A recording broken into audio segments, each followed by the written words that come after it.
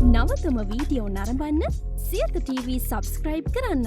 නවතම video දැමූ සැනින් එසැනින් දැනගන්න bell button එක ක්ලික් කරන්න.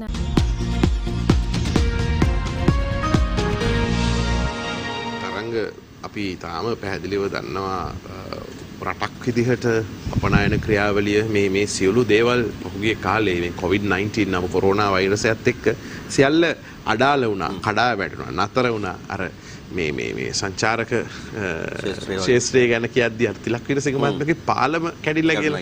ඉතින් මේක කොහොමද අලුතෙන් සකස් වෙන්නේ? එහි කාර්යභාරය විශේෂයෙන්ම ශ්‍රී ලංකා අපනයන සංවර්ධන මණ්ඩලයේ කාර්යභාරය සහ ඒ අය මේ වෙනකොට අරගෙන තියෙන ක්‍රියාමාර්ග මෙවැනි බොහෝ දේ අපේ ජීවිතවලට වටිනවා. මේ පිළිබඳව සාකච්ඡා කරන්න සූදානම් වෙනවා. ඔව් අපි ඒ සඳහා ආරාධනා කරා දවසේ මැදිරියට ශ්‍රී ලංකා අපනයන සංවර්ධන මණ්ඩලයේ කෘෂි අපනයන අංශයේ අධ්‍යක්ෂ මාල්නී බද්දේකම මෙතෙන්ට අයිබෝන් බොහොම ගෞරවයෙන් පිළිගන්නවා ඔබතුමිය. ඒ සමගම අපි ආරාධනා කළා ශ්‍රී ලංකා අපනයන සංවර්ධන මණ්ඩලයේම වෙළඳපොළ සංවර්ධන අංශයේ අධ්‍යක්ෂ අනෝමා ප්‍රේමතිලක මෙතෙන්ට අයිබෝන් ඔබතුමියට. මේ මම කැමතියි අපේ මාල්නී බද්දේකම මෙතනකින් විමසන්න අපේ හිතවතුන් වෙනුවෙන් විශේෂයෙන්ම යම් කිසි කෙනෙකුට මේ ශ්‍රී ලංකා අපනයන සංවර්ධන මණ්ඩලය කියන්නේ මොකක්ද කියන එක. එහි කාර්යභාරය. ඔව් එහි කාර්යභාරය පොඩ්ඩක් පැහැදිලි කරගත්තොත් හරි වටී. අපනයන සංවර්ධන මණ්ඩලය කියන්නේ ශ්‍රී ලංකාවේ අපනයන ප්‍රවර්ධනය සඳහා සේවා සපයන ප්‍රමුඛතම රාජ්‍ය ආයතනය. එතනදී අපිට විවිධ අංශ තියෙනවා අපේ අපනයන සංවර්ධන මණ්ඩලයේ. නිෂ්පාදන සඳහා සේවා සැපීම සඳහා නිෂ්පාදන සහ සේවා සැපීම සඳහා අංශ තියෙනවා. කෘෂි අපනයන අංශය එකින් එක අංශයක්. ඒ වගේම කාර්මික අපනයන අංශය සහ සේවා අංශය කියලා තියෙනවා. ඒ වගේම වෙළඳපළ තොරතුරු ලබා දීම සඳහා වෙනම අංශයක් තියෙනවා. වෙළඳපළ තොරතුරු සහ සේවා අංශය කියලා. ඒ වගේම මාකටිං ඩිවිෂන් එක මේ වෙළඳපළ සංවර්ධන කටයුතු කිරීම සඳහා ඊට අමතරව අපිට තියෙනවා රීජනල් ඩෙවලොප්මන්ට් ඩිවිෂන් එක. ඒ කියන්නේ ප්‍රාදේශීය සංවර්ධනය සඳහා අපේ ප්‍රාදේශීය කාර්යාලය සමග එකතු වෙලා. එතනින් අපි දැනට ඉන්න අපනයන කරුවන්ට උන්ට වෙළඳපළ සොයා ගැනීමට, උන්ගේ වෙළඳපළ ප්‍රවර්ධනය කර ගැනීමට මෙන්ම නව අපනයන කරුවන්ට වෙළඳපළ සොයා ගැනීම සඳහා අවශ්‍ය උපදෙස් සහ සේවා සැපීම සිදු කරනවා. දැන් මේ අපනයන කියන කාරණාවත් එක්ක වෙළඳපළ සංවර්ධන අංශය පිළිබඳව පොඩ්ඩක් කතා කරනොත් විශේෂයෙන්ම සාමාන්‍ය ජනතාවට ටිකක් වටින දැනෙන කාරණා ටිකකුත් එක්ක මතු කරගත්තොත් වටී කියලා හිතනවා. කොහොමද ඔබතුමී ආරම්භයක් ලබා ගන්න වැඩසටහනට? වෙළඳපළ සංවර්ධන අංශය මගින් ඇත්තටම ඒක එන්නේ අපේ ක්‍රියාදාමයේ අන්තිම කෙලවර විදිහට අපි අපනයන ක්‍රියාවලිය ගත්තාම අන්තිමට තමයි ඒ ටික තියෙන්නේ. අපි මාල්නී මිස් කිව්වා වගේ ප්‍රොඩක්ට්ස් වලින් එක්ස්පෝර්ට් රෙඩි කම්පනීස් වලට තමයි වෙළඳපළට යන්න පුළුවන්. එතකොට අපි අපේ අංශය මගින් අපි ගෲප්ස් හැදිලා ඉන්නවා. මොකද ලෝක වෙළඳපළ එක එක විදිහයි. ආසියානු කලාපය වෙනමයි, යුරෝපානු කලාපය එක විදිහක්, ඇමරිකාව තව විදිහක්, අප්‍රිකාව සහ රුසියාව, මිඩල් ඊස්ට් ඒ කට්ටිය වෙනමයි. ඒතකොට අපි වෙන වෙනම අපේ ඩිවිෂන් එකේ ටීම්ස් හදලා තියෙනවා. ඒගොල්ලෝ තමයි අපේ මාකට් ටාගට්ස්, මොනවද අපි කරන මේ මාකට් ප්‍රොමෝෂන්ස්, කොයි වගේ අපනයන කරුවන්ටද ඒ අදාළ අංශ සේවා ලබා දෙන්නේ. මොකද එක එක විදිහේ ප්‍රොමෝෂන්ස් තමයි එක එක මාකට් රීජන්ස් වලට කරන්න තියෙන්නේ. එතකොට දැන් මේ වර්තමාන තත්ත්වයට එක්ක මේ වෙනකොට කොහොමද ඇත්තටම ජාත්‍යන්තරයත් එක්ක ඔබතුමා රිජියුම සම්බන්ධ වෙනවනේ. කොහොමද දැන් මේ තත්ත්වයේ වර්ධනයක් වෙමින් පවතිනවද මේ පහුගිය දවස් කිහිපය තුළ? නතර වෙලාද තියෙන්නේ නැත්නම් නතර නොවි පැවැත්ුණාද? මොකද්ද තත්ත්වය? ඇත්තටම මේ කොවිඩ් සිටුේෂන් එක මුළු ලෝකෙටම බලපාපු කාරණයක්. අපේ ශ්‍රී ලංකාවට තියෙන ප්‍රධාන වෙළඳපළවල් තමයි යුරෝපය සහ ඇමරිකාව, වෙස්ටර්න් රීජන්ස්. ඉතින් මේ වෙනකොට ඒ රීජන්ස් දෙකම ලොකු ප්‍රශ්නයක එහෙන් ගන්න විදිහක් නැහැ. ගන්න විදිහක් නැහැ. නමුත් ඒක සම්පූර්ණයෙන්ම නතර වෙලා නැහැ. උදාහරණයක් ගත්තොත් ඇත්තටම අපේ අප්‍රේල් මාසයේ ලොකු පසුබෑමක් තිබුණා අපේ මේ තියෙන සංඛ්‍යා ලේඛන අනුව. ඩොලර් මිලියන 277ක් වගේ තමයි අපනයනය කරලා තිබුණේ මුළු ලෝකෙටම.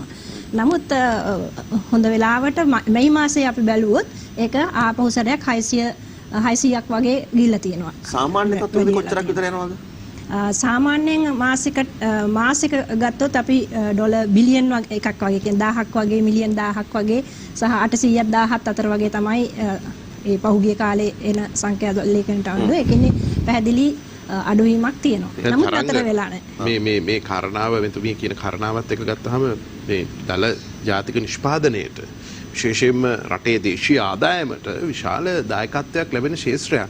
ඒ නිසා අපේ කෘෂි අධ්‍යාපන අංශයේ අධ්‍යක්ෂ මාලනී බද්දේගම මහත්මියගෙන් මම කැමතියි දැනගන්න මේක ඉලක්කම් විදිහට ගත්තාම දල ජාතික නිෂ්පාදනයත් එක්ක ගත්තාම රටේ ආදායමත් එක්ක ගත්තාම කොච්චර මේකේ වැදගත්කමක් වටිනාකමක් තියෙනවද කොච්චර ප්‍රමාණයක් මේ වෙනුවෙන් වෙන් වෙනවද? අපි දැනට අපේ පසුගිය වසර ගත්තොත් 2019 වසර අපේ අපනයන ආදායම ඩොලර් මිලියන 15.8ක් ඒ සේවා සහ නිෂ්පාදන දෙකම එකතු කරලා. එතකොට සේවා ඇරුණම නිෂ්පාදන අංශයෙන් ගත්තොත් 11.9ක් ඇමරිකන් ඩොලර් බිලියන. එතකොට ඒකෙන් කෘෂි අංශයෙන් මිලියන 3කට ආසන්න ප්‍රමාණයක් කෘෂි අංශයෙන් දායක වෙනවා. ඒතර වැඩිපුරම ලැබෙන්නේ අපිට ඇඟලුම් වලින්. ඇඟලුම් මිලියන බිලියන 5ක් පමණ. එතකොට මේ වෙලාවේදී අපිට ඇඟලුම් අංශයේ පොඩි ප්‍රශ්නයක් තියෙනවා. මොකද අර ෆැෂන් ගාර්මන්ට්ස් අපි මේ සමර් සීසන් එකට යවන්න හිටපු දේවල් ඒවා අපිට මේ වෙලාවේ යවා ගන්න බැරි වෙලා තියෙනවා. නමුත් කෘෂි කාර්මික අංශයෙන් ගත්තොත් කෘෂි කාර්මික නිෂ්පාදන ආහාර සඳහා තියෙන ඒවා නොකඩවා යන බවක් පේනවා. නමුත් අර වගේ අර මේ තමන්ගේ එළියට බහැලා ගමන් කරලා ඒ වගේ තියෙන දේවල් අඩු නිසා ඒ වගේ අර ෆැෂන් පැත්තට තියෙන ඒ ගාර්මන්ට්ස් වගේ දේවල් අඩුයි. නමුත් ඊට වඩා අපිට දැන් මේ අවස්ථාවේදී PPP නිෂ්පාදන කියන්නේ අපි personal protection equipment කියන ඒවා දැන් ග්ලව්ස් වගේ වට මාස්ක් වගේ වට දැන් හුඟක් ලොකු ඉල්ලුමක් තියෙනවා අපිට සපයා ගන්න බැරි තරමට ග්ලව්ස් වලට. ඉතින් අපේ කර්මාන්ත ශාලාවලට ලබන අවසරේ මැයි මාසයේ ජූනි මාසයේ දක්වාම දැනට ඕඩර්ස් තියෙනවා. නමුත් තවත් ලැබෙමින් පවතිනවා අපිට කරගෙන යන්න බැරි මේ අවස්ථාවේ ක්‍රියේට් වෙච්ච අවස්ථාව.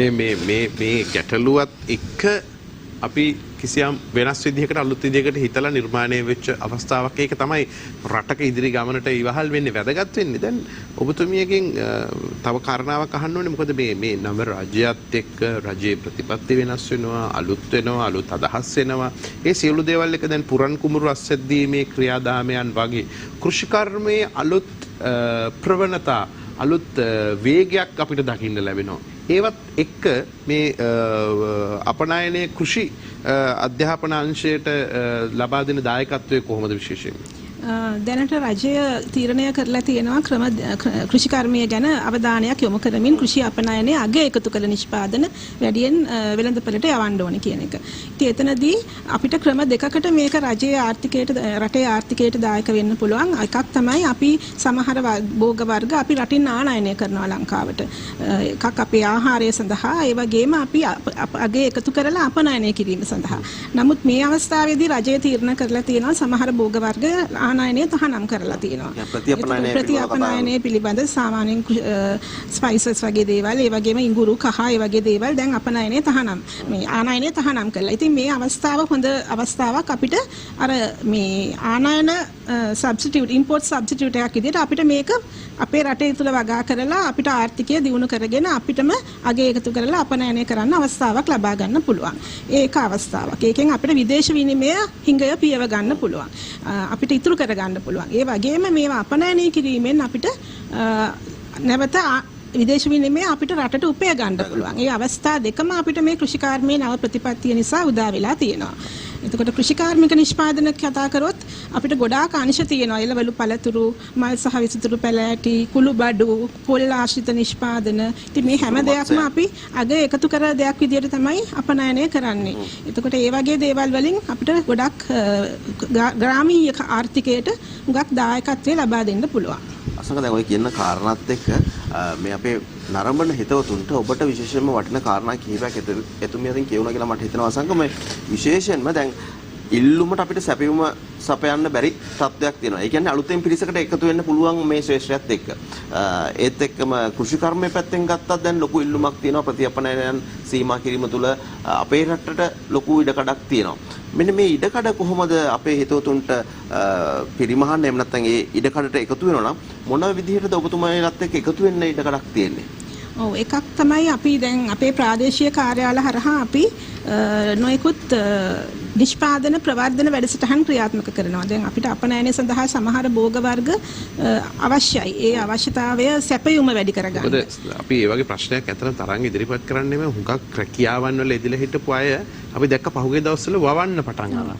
තමන්ගේ තියෙන ඉඩම් සමහරට ඒ ඉඩ ප්‍රමාණෙත් එක්ක සමහරුන්ට විශාල අතහැරලා දාපු තිබිච්ච ඉඩමක වවනවා. දැන් ඒ අයට රැකියාවට යන්න සමහරලාට කැමැත්තක් නැහැ. එක්ක රැකියාව අහිමි වෙලා රැකියාවේ ගිහිල්ලා කරන්න දෙයක් නැහැ මේ රටේ තත්ත්වෙට.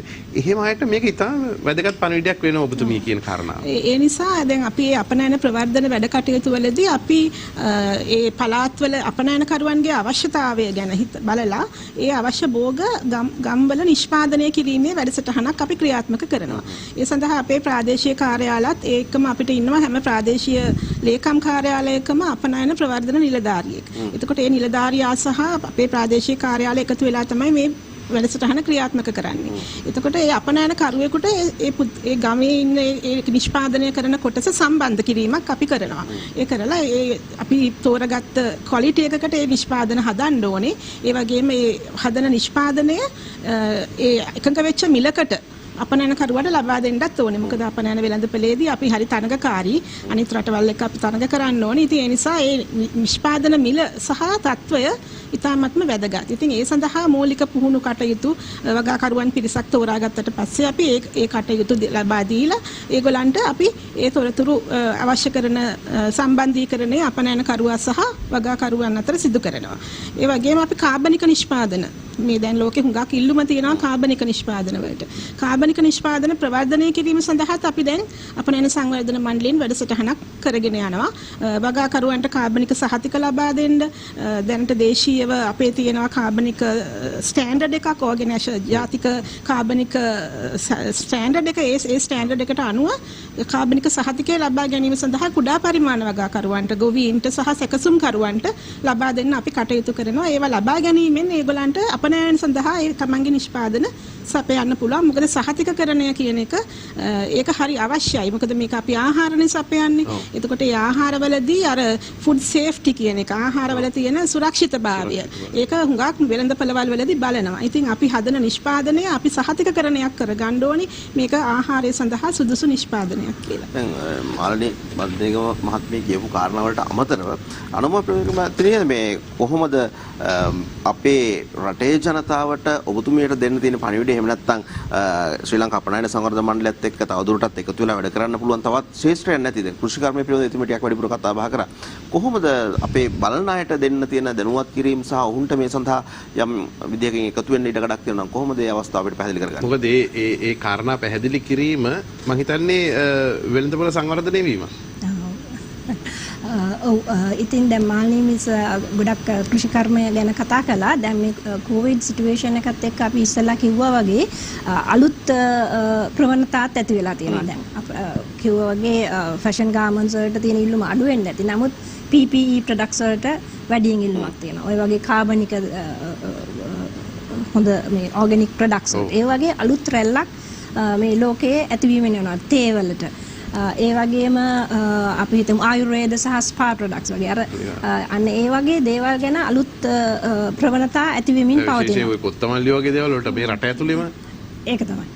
ඉතින් අන්න ඒවා අඳුරාගෙන ඒ සඳහා වැඩි දායකත්වයක් ලබා දීම මගින් මම හිතන්නේ අපිට අපනයන වැඩි කර ගැනීමේ තව ඉලක්කයකට යන්න පුළුවන්.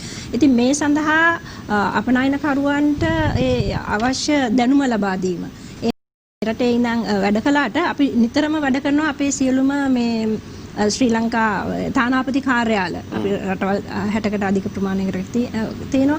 ඉතින් අපි මේ කොවිඩ් සිටුේෂන් එක ආව ගමම්ම ඉඳන් අපේ විදේශ කටයුතු අමාත්‍යාංශයත් හරහා මේ සියලුම තානාපති කාර්යාල සම්බන්ධ කරගත්තා. ඒ මුළු අප්‍රේල් මාසයේ පුරාම මයි මාසයේ පුරාම අපි සතිපතා අපිට ඒ අලුත් ට්‍රෙන්ඩ්ස් මොනවද තියෙන්නේ දැන් මෙහි ලොක්ඩවුන් වෙලාද මේ ෆ්‍රේට් කරන්න බැයිද අන්න ඒ වගේ එදිනදා රටවල් අතර ඇති වෙන වෙනස්කම් මේ සිටුේෂන් එක නිසා ඒවා හැමදාම අපිට ලබා ගත්තා අපි. ඒවා දැන් අපි රටවල් 59ක මාකට් ඇලර්ට්ස් කියලා අපි කියන්නේ අපේ මේ වෙබ්සයිට් එකේ දාලා තියෙනවා. ඉතින් අපේ මම ආරාධනා කරන්න කැමති මේ බලාගෙන සිටින අයට යන්න අපේ වෙබ්සයිට් එකට අපි මතක් කරමු කොහොමද ඇඩ්‍රස් එක www.srilankabusiness.com කියන එක අපේ තියෙනවා COVID response page එකක් අලුතෙන්ම දාලා srilankabusiness.com www. එතකොට මුලින්ම එන්නේ ඒක. එතකොට ඒගොල්ලන්ට බලා ගන්න පුළුවන් මාකට් ඇලර්ට්ස් ටික මෙහි රටේදී ඇති වුණු නොඑක් ගැසට් නොටිෆිකේෂන්ස් අපේ ගැසට් නිවේදන ඒවා ටික තියෙනවා. ඉතින් ඒවා බලන්න. අපි ඇත්තටම මේවා දැනටමත් අපි නිතරම අපේ මිෂන්ස් එක්ක වැඩ කරනවා වගේම අපේ රටේ සියලුම අපි එක කටයුතු කරන ට්‍රේඩ් චේම්බර්ස් තියෙනවා, ප්‍රොඩක්ට් ඇසෝසියේෂන්ස් තියෙනවා. එතකොට මේ අපේ ඩේටාබේස් එකේ ඉන්න එක්ස්පෝර්ටර්ස්ලා ඉන්නවා. ඒගොල්ලන්ට හැමදාම මේවා යවනවා ඒ දැනුවත් කිරීම සඳහා. ඒක එක විදිහක් ඒගොල්ලන්ට දැනුවත් වීම කරන්න. ඒ වගේම අපි දැන් මාකට් ඩෙවලොප්මන්ට් එක කතා කරනකොට අපිට දැන් යන්න බෑ කාටවත් අපේ අයට එහෙට යන්න බෑ, එහෙ අයට මෙහෙට එන්න බෑ. ඒ සඳහා අපි දැන් අර ටෙක්නොලොජි පාවිච්චි කරලා සියලු දේම ඔන්ලයින් විදිහට තමයි කරන්න බලාපොරොත්තු වෙන්නේ මාකට් ඩෙවලොප්මන්ට් එක. ඉතින් එකක් තමයි ඔය මේ ට්‍රේඩ් ඉන්ෆර්මේෂන් දෙන එක. ඒ වගේම අපි B2B meetings කියලා අපි සාමාන්‍යයෙන් කියනවා trade fair participation තිබුණා. ඒවා සියලු දේ නවත්තලා අපි ඒවා ඔන්ලයින් කරන්නේ වැඩ කටයුතු වලට ඇවිල්ලායි තියෙන්නේ. ඉතින් ඒ සියලු දේම අපිත් එක්ක සම්බන්ධ වෙලා එන්න පුළුවන් කියන එක මතක්. ඒ කියන්නේ COVID-19 එක යලි පිපදීමක් සිද්ධ වෙනවා විවිධ ශේෂ්ත්‍ර වලින් විවිධ විදිහට අලුත් විදිහට. දැන් මේ අපි පොඩ්ඩක් විමසමු මේ මාල්නී බද්දේකම මහත්මිය මේ තත්ත්වයන් සියල්ලත් එක්ක දැන් සමහර රටවල් වල හුඟක් රටවල් වල මේ වෙනකොට සමහරු තවමත් ගෙවල් වලට හිර වෙලා ඉන්නවා. ඒක නිසාම ඔවුන්ගේ මානසිකත්වය නිවැරදි තැනට ගේන්න දැන් ඔය විසිතුරු මසුන්ට එහෙම තියෙන ඉල්ලීම වැඩි වෙලා ඇති. ලංකාවෙනුත් අපනයනය කරනවා නේද? ඒ වගේ ශේෂ්ත්‍ර වල ඉන්න අයට කොහොමද දැන් තියෙන ඉඩකඩ වැඩි වෙලා තියෙනවද? අලුත් අයකට එන්න ඉඩකඩක් තියෙනවද කොහොමද? විසිතුරු මසුන් ශේෂ්ත්‍රයට ගොඩාක් කුඩා පරිමාණයේ වගාකරුවන් සම්බන්ධයි. අපනයනකරුවෝ හුඟක් ඒගොල්ලන්ගේ වගාකරුවන්ගෙන් තමයි මේ නිෂ්පාදන මිලට අරගෙන විශේෂයෙන්ම පොළොන්නරුව දිස්ත්‍රික්කයේ තමයි විසිතුරු මසුන් වැඩිම ප්‍රමාණයක් අපනයනයට සපයන දිස්ත්‍රික්කය. එතකොට හුඟක් ලංකාවේ විවිධ පළාත්වල මේ වගේ කුඩා පරිමාණයේ වගාකරුවන් ඉන්නවා. දැන් මේ කොවිඩ් කාලයේදී ප්‍රධාන ප්‍රශ්නේ තමයි ඒගොල්ලන්ට ඉන්ටර් දිස්ත්‍රික්ට් අර ට්‍රාන්ස්පෝර්ට් එකට ගමනාගමනය නැවතුන නිසා ඒ කාලේ ඒගොල්ලන්ට හුඟක් ලොකු අලාභයක් සිදු වුණා. මාළුන්ව ප්‍රවාහනය කරගන්න බැරි වෙලා එහෙම ප්‍රශ්න තිබුණා. අපි ඉතින් පුළුවන් තරම් ඒගොල්ලන්ව පහසුකම් සැපෙව්වා. පොලිසියෙන් ඇන්ද්‍රිය නීති බලපත්‍ර ලබා දීලා ඒගොල්ලන්ට ඒ නිෂ්පාදන ගේන්න. ඒකම ගුවන් ප්‍රවාහනය සම්බන්ධ ප්‍රශ්න පැන නැගුණා. වියදම් ටිකක් වැඩි නේද මේ කාලේ වෙනකොට ගුවන්? මේ දවස්වල ගමන් ගාස්තු ගුවන් පහසුකම් තිබුණත් ගාස්තු 3-4 ගුණයක් විතර ගිහින් තියෙනවා. නමුත් විසිතුරු මසුන් අංශයේදී ඒ ආනයනකරුවන් ඒ ගුවන් ප්‍රවාහන ගාස්තුව වැඩිපුර ගෙවලා හරි මේ මාළු ලබා ගන්න කැමති. මොකද ඒ වෙලාවේ අර මිනිසුන්ට ගෙවල් වල ඉඳගෙන යම්කිසි වින්දනයක් ලබා ගන්න ඒ මාළුන්ට තියෙන ඉල්ලුම වැඩි ඒ වෙළඳපළවල් වල. ඉතින් ඒ නිසා අපනයනකරුවෝ දැන් මේ දවස්වල විසිතුරු මසුන් අපනයනය කරනවා. නමුත් අර ගුවන් ප්‍රවාහන කරන ඩෙස්ටිනේෂන්ස් ඒ කියන්නේ වෙළඳපළවල් වලට යන ප්‍රවාහන පහසුකම් අඩුයි. ඒ නිසා සමහර රටවල් හරහා ට්‍රාන්සිට් කරන්න සිදු වෙලා තියෙනවා. ඉතින් ඒ වෙලාවේදී ඒ ගුවන් ගමන් ඒ ට්‍රාන්සිට් කාල සීමාව බලපානවා. මොකද මේ මාළුන්ට ඔක්සිජන් දීලා පැය ගානකට තමයි ඒ කාල සීමාව හදලා අරින්නේ. ඉතින් පැයක දෙකක ප්‍රමාදයක් මාළුන් මිය යන්න පුළුවන්. ඉතින් ඒ නිසා ඒ ප්‍රශ්නය මේ දවස්වල අපිට ඒ ගුවන් ප්‍රවාහන පහසුකම් නැතිකම විශේෂයෙන්ම නරක වන සුළු එළවලු පළතුරු විසිතුරු පැලෑටි වර්ග මල් ඒ වගේ දේවල් අපනයනයට බලපානවා. මේ සියල්ලත් එක්ක දැන් ඔබතුමිය අදනුත් කියවුණා දැන් ගුවන් සේවා වගේ දේවල් වලදී මිල ගණන් වැඩිවීම මේක සමහර විට අර සාමාන්‍ය මට්ටමේ කෙනෙකුට දරා ගන්න බැරි වෙන්න පුළුවන්. අපනයන සංවර්ධන මණ්ඩලයේ විදිහට යම් මැදිහත් වීමක් සිද්ධ වෙනවද මේ දේවල් වලදී ඔවුන්ට යම් සහනයක් එහෙම සලසන්න? අපි මුලදී විවිධ ගුවන් සමාගම් සමග සාකච්ඡා පැවැත්තුවා. ඔවුන්ට සහනයක් ලබා දෙන්න පුළුවන්ද කියන එක සම්බන්ධව. ඊට අමතරව අපි දැන් කටයුතු කරගෙන යනවා ඒගොල්ලන්ට මොන හරි සහනදායි ක්‍රමයක් ඇතිකරන්න ඒගොල්ලන්ගේ ෆ්‍රේට් කොස්ට් එකෙන් යම් කිසි ගාන අපිට ගෙවන්න පුළුවන්ද කියන එක ගැන අපි දැන් සලකා බලමින් සිටිනවා. ඉතින් ඉතා විශිෂ්ට සේවාවක් කරගෙන යනවා. අවසාන වශයෙන් විශේෂයෙන්ම වෙළඳපොළ සංවර්ධනාංශය ශ්‍රී ලංකා අපනයන සංවර්ධන මණ්ඩලයේ අධ්‍යක්ෂ අනෝමා ප්‍රේමතිලක මහත්මියට යමක් කියන්නට ඇති මේ රටේ ජනතාව වෙනුවෙන් මම හිතන්නේ අපි බොහෝ දේවල් පැහැදිලි කළා. අවසාන වශයෙන් කුමක් හරි කියන්න තියෙනවද අදහසක්? ඔව් මම කියන්න කැමති දැන් අපි ඇත්තටම අපනයනය කියන්නේ අපිට ඊටාම වැදගත් ඔබ කිව්වා වගේ දෙයක්. අපි කොහොම හරි මේ තත්ත්වයෙන් ගොඩ එන්න මුළු අපනයන සංවර්ධන මණ්ඩලය විසින්ම ලොකු වැඩපිළිවෙලක් ගෙනියනවා අපේ සභාපතිතුමාගේ නායකත්වය යටතේ. ඉතින් මම කිව්වා වගේ අපේ වෙබ් පේජ් එක සහ අපේ ඒකට ගියොත් අපි හැමදෙනාගේම කතා කරන්න පුළුවන් ටෙලිෆෝන් නම්බර තියෙනවා. ලොකුම දැන් මේ වගේ පොඩි කාලෙකදී කියන්න බැරි තරම් සේවා පරාසයක් අපි කරනවා. SME development ඉඳන් capacity building අපේ help desk එකක් අපි අලුතෙන්ම මේවා හදුවලා තියෙනවා. ඒකේ සියලුම දත්ත තියෙනවා අපේ වෙබ්සයිට් එකේ. ඉතින් ඒකට ඇවිල්ලා අපි අලුතෙන් කරන දේවල් බලලා අපිත් එක්ක සම්බන්ධ වෙන්න මොන හරි ප්‍රශ්න තියෙනවා නම් රජයේ අපනයන සංවර්ධන ආයතනයේ විදිහට අපි හැම වෙලේම ලෑස්ති සියලු පහසුකම් සපයන්න. ඉතින් අපිත් එක්ක සම්බන්ධ වෙලා මේ අපනයන සංවර්ධනය කිරීමට දායකත්වය දක්වන්න කියන එක තමයි ඉල්ලා සිටින්න තියෙන්නේ. හොඳ කාරණාවක් නේද සංග? දැන් කෙනෙකුට Tamanට හැකියාව තිබුණත් එහෙම නැත්නම් Tamanට උනන්දුව තිබුණත් Tamanට සිහිනයක් බලාපොරොත්තුවක් තිබුණත් කොහොමද කරගන්නේ කියන තන ප්‍රශ්න තියෙන්න පුළුවන්. ඒ සියල්ලටම විසඳුම මේ මහත්මින් දෙපළ අද දවසේදී කරපු පැහැදිලි කිරීමත් එක්ක උන්ගේ වෙබ්සයිට් එකට ගිහිල්ලා තවත් තොරතුරු දැනගෙන ඔබට මේ ප්‍රශ්න निराකරණය කරගෙන අවශ්‍ය තොරතුරු ලබා ගන්න පුළුවන් කියන කාරණාව අපිට සිහිපත් කරන්න ලැබීමත් හොඳ අවස්ථාවක් කියලා තමයි මම විශ්වාස කරන්නේ. ඔව් අපි මේ සියලු පැහැදිලි කිරීම එක්ක ඔබේ ජීවිතේ ජය ගන්න ඔබට ශක්තියක් වෙන්න පුළුවන්. ශ්‍රී ලංකා අපනයන සංවර්ධන මණ්ඩලයත් එක්ක අත්වැල් බැඳ ගන්න කියන ආරාධනාව විශේෂයෙන්ම මේ ඇතිවෙච්ච තත්ත්වෙත් එක්ක කාරක ප්‍රාග්ධනය වගේ ලබා දීම් නව ව්‍යාපාර ආරම්භ කිරීමට කුඩා පරිමාණයෙන් ආරම්භ කළ මහා පරිමාණ ව්‍යාපාරයක් දක්වා මේක දියුණු කරන්න හැකියාව ලැබේ. ශ්‍රී ලංකා අපනයන සංවර්ධන මණ්ඩලයේ කෘෂි අධ්‍යාපන අංශයේ අධ්‍යක්ෂ මාලනී බද්දේගම මහත්මියටත් ඒ වගේම ශ්‍රී ලංකා අපනයන සංවර්ධන මණ්ඩලයේ වෙළඳපොළ සංවර්ධන අංශයේ අධ්‍යක්ෂ අනෝමා ප්‍රේමතිලක මහත්මියටත් මේ කටයුතු කරන්න රටට ජාතියට වැඩ කරන්න ශක්තිය ධෛර්ය වාසනාව ලැබේවා කියලා ප්‍රාර්ථනා කරනවා. ආයුෂ බොහෝ වේවා. දිනපතා අලුත් වීඩියෝ සහ ප්‍රවෘත්ති නැරඹීමට ඉහත බටන් එක ක්ලික් කර සියත TV subscribe කරන්න.